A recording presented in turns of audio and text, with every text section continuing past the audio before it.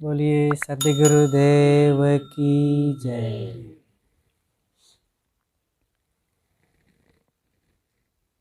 परम पूज्य श्री साहिब जी,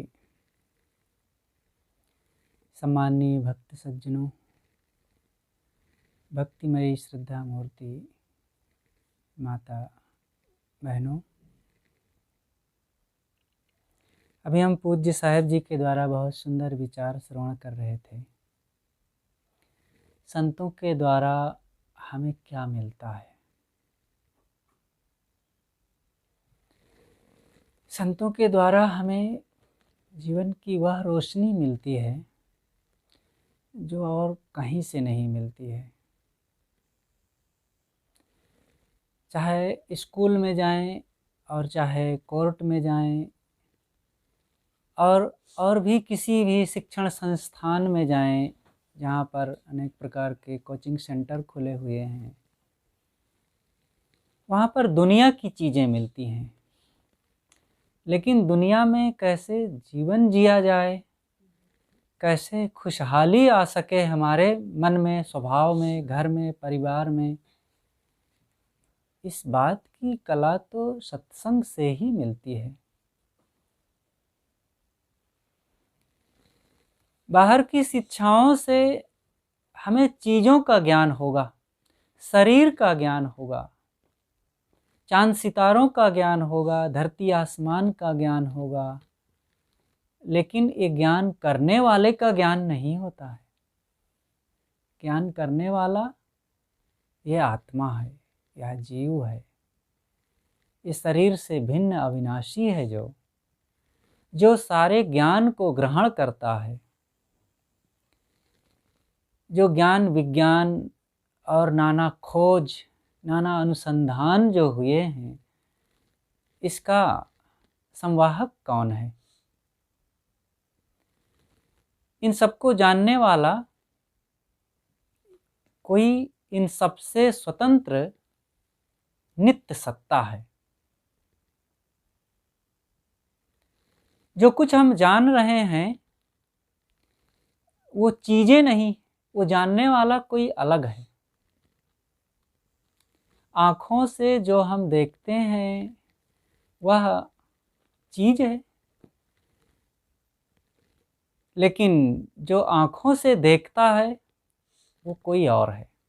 आँख साधन है देखने का, लेकिन आँखों के द्वारा वो चीज़ को देखता है। अब देखिए यहाँ पर तीन हो गई ना, जिस चीज़ को देखा गया, जिस चीज़ से देखा गया और जिसने देखा। चीज़ को देखा गया आँख से, लेकिन देखने वाला कोई और है। जैसे जहाँ हम पहुँचते हैं और जिससे पहुँचते हैं और जो पहुँचता है। हमको दार्जिलिंग पहुँचना है गाड़ी से, हमको तीन अलग अलग हो गए ना। दार्जिलिंग एक स्थान है, गाड़ी एक साधन है वहाँ पहुँचने का, लेकिन मैं साधक हूँ और साधक का किसी को ज्ञान ही नहीं है। साधन और सुविधाओं के बारे में सबका ख्याल है। घर मिले, कपड़े मिले, गाड़ी मिले, चीज़ मिले, अनेक सुख सुविधाएं मिले, ये सबको ख्याल है। सब लोग इसको पाने की चेष्टा करते हैं, इसके लिए मेहनत करते हैं, पाते भी हैं। लेकिन पाने वाला कौन है? जब तक उस पाने वाले का ज्ञान नहीं होगा, तब तक दुखों को मिटाने के लिए हम सोच नहीं सकेंगे। अब दुख कहाँ से आता है? चीज़ें खूब हो जाएं। सोचिए, क्या चीज़ें बढ़ जाने से दुख मिटता है? चीज़ों के बढ़ जाने से चीज़ों के अभाव का जो दुख था वो तो मिट जाएगा। गाड़ी मिल गई, अब कहीं जाना था, देर में पहुंचते थे, गाड़ी मिल गई, जल्दी पहुंच जाते हैं, वो थकान नहीं लगती है। जमीन में सोते थे, खाट मिल गई, पलंग मिल गई, अब आराम से थोड़ा सोने लग गए। पहले रूखा सूखा खाते थे, पैसा कमाए, पैसा बढ़ गया, अब खूब बढ़िया पकवान, दूध, दही, घी भी, फल भी खाने लग गए हैं। ठीक है। इसी प्रकार पहले झोपड़ी में रहते थे, पैसा हो गया, मकान में बड़ा मकान बना लिए, पक्का मकान बना लिए, उसमें रहने लग गए। चलो अच्छा है, अनेक सुविधाएं हो गई। साधारण कपड़े रहते थे, एक दो कपड़े से काम चलाते थे, अब पैसे हो गए, खूब कपड़े आ गए, रजाई, गद्दा, तकिया, पलंग और अच्छे अच्छे सूट हो गए। ठीक है। किंतु दुख अभी मिटा नहीं। ये चीज़ों के अभाव का दुख तो मिट गया, लेकिन अभी दुख तो बहुत सारा है। क्रोध एक दुख है, चिंता एक दुख है, भय एक दुख है, वासना एक दुख है, मोह, लोभ और ईर्ष्या, द्वेष, असहनशीलता, तनाव, टेंशन, गलत सोचना, ये तो बड़ी समस्याएं अभी बाकी हैं। और ये चीज़ों के उपलब्ध होने से ये नहीं मिटते हैं। इसको मिटाने के लिए हमें सत्संग चाहिए, आत्मज्ञान चाहिए, संसार का ज्ञान चाहिए। ये तीनों चीज़ चाहिए। जब तक हम संसार की वास्तविकता को नहीं जानेंगे, तब तक संसार से मोह कैसे मिटेगा। संसार की चीज़ों का मोह है, घर परिवार, बाल बच्चे, रिश्ते नाते, चीज़, इन सब का मोह है। और ये मोह हमें सालता है। हमें इस मकान का मोह है, और इस मकान की हानि हो जाने से मुझे दुख होगा कि मकान को? मुझे दुख होगा ना। तो क्योंकि मैं चेतन हूँ, मैं एक ज्ञानवान दृष्टा, बोधा आत्मा हूँ, और मैं ही जानता हूँ। मकान नहीं जानता है कि ये मेरा मालिक है, मैं जानता हूँ ये मेरा मकान है। और मकान के दरार में दरार आ जाने से मकान को कोई कष्ट नहीं होगा, लेकिन मुझे कष्ट होगा। लेकिन जिस दिन यह मुझे पता चल जाएगा कि ये मकान तो नासमान है, ये तो होना ही है, दरार आ गई है, ठीक करो, बिगड़ गया है, ठीक करो। और एक दिन ऐसा भी समय आएगा कि लाख कोशिश करने पर भी वो ठीक नहीं होगा, बाहर आके गिरेगा। तो जब इस वस्तु तथ्य को, वास्तविकता को हम जब जान लेंगे, तब काम करेंगे, उसके लिए चिंता नहीं करेंगे, लोभ और मोह में पड़ करके बेचैन नहीं होंगे। ये है संसार का ज्ञान। इसी प्रकार सभी चीज़ों के लिए है। हम जिन चीज़ों के लिए बड़ा आपाधापी करते हैं, जिस जमीन, मकान, रुपए, पैसे, वस्तुएं और गाड़ी मोटर के लिए, पद प्रतिष्ठा के लिए हाय हाय करते हैं, भाई का हक मारते हैं, पड़ोसियों से राग द्वेष करते हैं, हिंसा हत्या करते हैं, कलह विवाद में पड़ कर के समय अपना बर्बाद करते और कहाँ कहाँ उलझते हैं, ये संसार का और यहाँ की चीज़ों का सही ज्ञान न होने के कारण है। ये सब परिवर्तनशील है। झूठे सुख को सुख कहे मानत है मनमोद, जगत चबैना काल का कुछ मुख में कुछ गोद। सदगुरु कबीर का ये अमर वाक्य है। इस संसार के लोग झूठे सुख को बड़ा सुख मान रखे हैं और बड़ा खुश होते हैं, पा गए तो 4 दिन की चांदनी फिर अंधेरी रात। ये कितने दिन का संबंध है? सोचें, इन्हीं घरों से हमारे पिता पितामह चले गए ना, वे भी अपना मानते थे कि वो मेरे हैं, ये सब मेरा है और इसको बनाए रखना है, बिगड़ने नहीं देना है। चीज़ें हैं, गांव है, सड़कें हैं, घर भी है, और वे नहीं हैं, चले गए। हम भी नहीं रहेंगे। ये संसार ऐसे हरा भरा बना रहेगा, सदा सदा रहेगा। चांद सितारे, धरती आसमान और ये सड़कें, ये गलियां, ये बाग बगीचे, ये फल और फूल, ये सब रहेंगे, हम नहीं रहेंगे। लेकिन इन चीज़ों के लिए ही हम अपने मन में कलह अपनाते हैं और लोगों से राग द्वेष करके विकार, दोष, अवगुण अपने मन में उत्पन्न करके दुख तैयार करते हैं। यही है दुख बनाने का काम। तो इस प्रकार से हमें संसार का ज्ञान होना चाहिए। न जानने के कारण सारा पाप होता है। वो एक कहानी छोटी सी याद आई कि एक सेठ जी थे, बहुत बड़े सेठ थे, बहुत बड़ा मकान था, कोई नहीं था उनका, उनकी पत्नी और वे खुद, दो ही लोग थे। एक संत बरसात के दिन आ गए थे, सोचे अब बरसात में कहाँ मैं घूमूंगा और कहीं अस्थाई रहूँगा। तो सेठ जी के यहाँ गए, कहे सेठ जी हम कुछ दिन रहना चाहते हैं तुम्हारे यहाँ। कहा ठीक है महाराज, ये चाबी लीजिए, अमुक नंबर का कमरा है, वहाँ चले जाइए, छोटा सा कमरा है, आप जितना दिन रहिए रह लीजिए और अच्छा रहेगा। महात्मा जी गए, रहे, अपना बना खा लेते थे, भजन साधन करते थे। 1 महीना रहे और फिर चाबी दिए सेठ जी को और चलने लगे। सेठ जी ने कहा कि महाराज ठीक है, आप 5 रुपया किराया होता है, 5 रुपया किराया दे दीजिए। कहा भाई किराया तो नहीं है। कहा आपके पास पैसे नहीं तो रहे क्यों? कहा मैं तो सोचा कि साधु महात्मा को क्या 1 महीना नहीं रहने दोगे। कहा देखो महाराज, हम साधु महात्मा ये सब जानते मानते तो इतने बड़े सेठ ना बन पाते, और पैसा एक एक पैसा इकट्ठा करके सेठ बना जाता है, आपको 5 रुपये देने हैं किराए। कहा भाई पैसे तो नहीं हैं। ऐसा करो कि पैसे तो मेरे पास नहीं हैं, अब तुम मान भी नहीं रहे हो, तो ये मेरे पास एक सुई है, इसको तुम रख लो,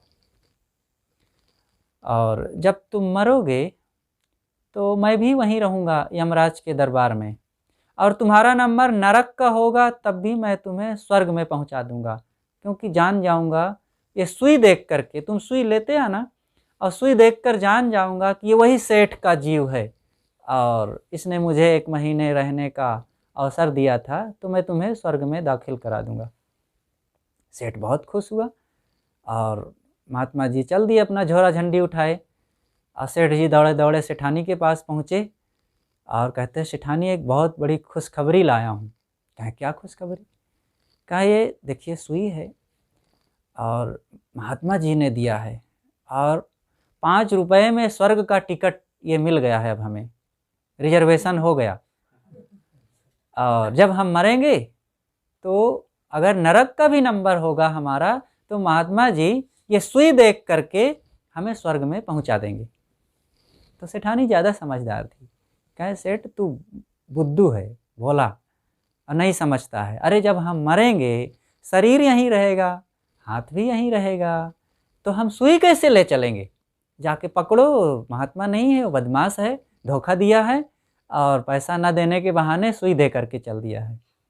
तब सेठ की भी आंखें खुली और दौड़ा, महात्मा जी 2 फल्लांग चले गए थे और पहुँचे सेठ जी के पास और कहे महात्मा जी के पास और कहे महात्मन आप हमें धोखा दे करके भाग रहे हैं, और मेरी सेठानी ना होती तो आज मेरी आंखें ना खुल पाती, और आप तो धोखा दे के जा रहे हैं, आपको 5 रुपये देने ही होंगे। बताइए कि जब हम मरेंगे साथ में हाथ नहीं रहेगा तो सुई कैसे लाएंगे? तब महात्मा ने कहा सेठ तेरी आंख इतने पर भी ना खुले तो कैसे जगेगा? अरे जब तू एक सुई नहीं ले जा सकेगा तो इतनी बड़ी संपत्ति, मकान, धन, खजाना, रुपया, ऐश्वर्य सब ला सकेगा? 5 रुपये के लिए हमें परेशान करता है। तब अब असली ढंग से सेठ की आंख खुली कि जब मैं एक सुई नहीं ले जा सकूंगा तो इतनी बड़ी कोठी, बंगला, खजाना, रुपया ये सब ले जा सकूंगा? महात्मा के चरणों में गिरा वो और कहा महाराज चलिए हमारे यहाँ, अब मैं आपकी सेवा करूँगा।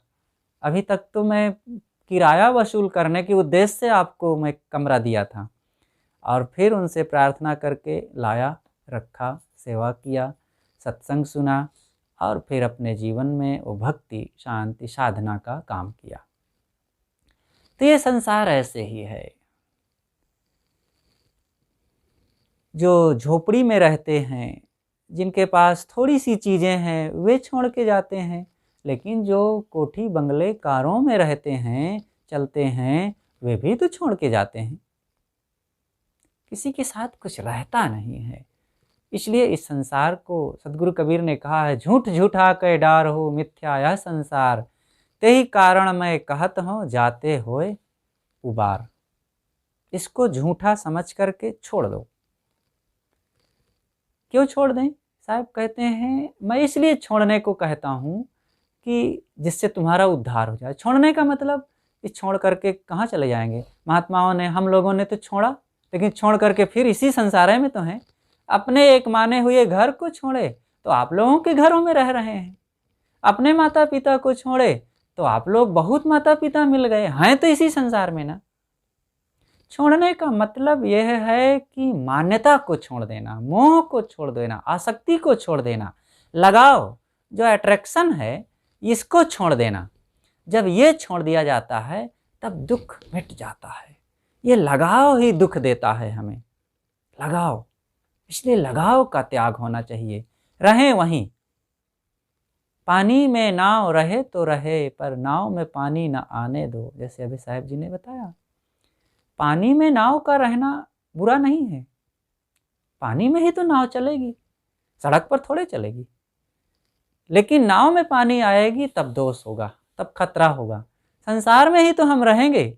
आखिर बुद्ध, महावीर, कबीर आदि इसी संसार में रह करके मुक्त हो गए, और हम भी इसी संसार में रह करके बद्ध हैं, बंधे हुए हैं। अंतर क्या है? फेर परा नहीं तत्व में, नहीं इंद्रिन के माही, फेर परा कछु बूझ में, सो निर्वारो नाई। ना तत्व में फेर है, मिट्टी, पानी, आग, हवा, दाल, चावल, भोजन, रोटी, और जो खाते पीते जिन चीज़ों का उपयोग करते हैं उनमें कोई अंतर नहीं।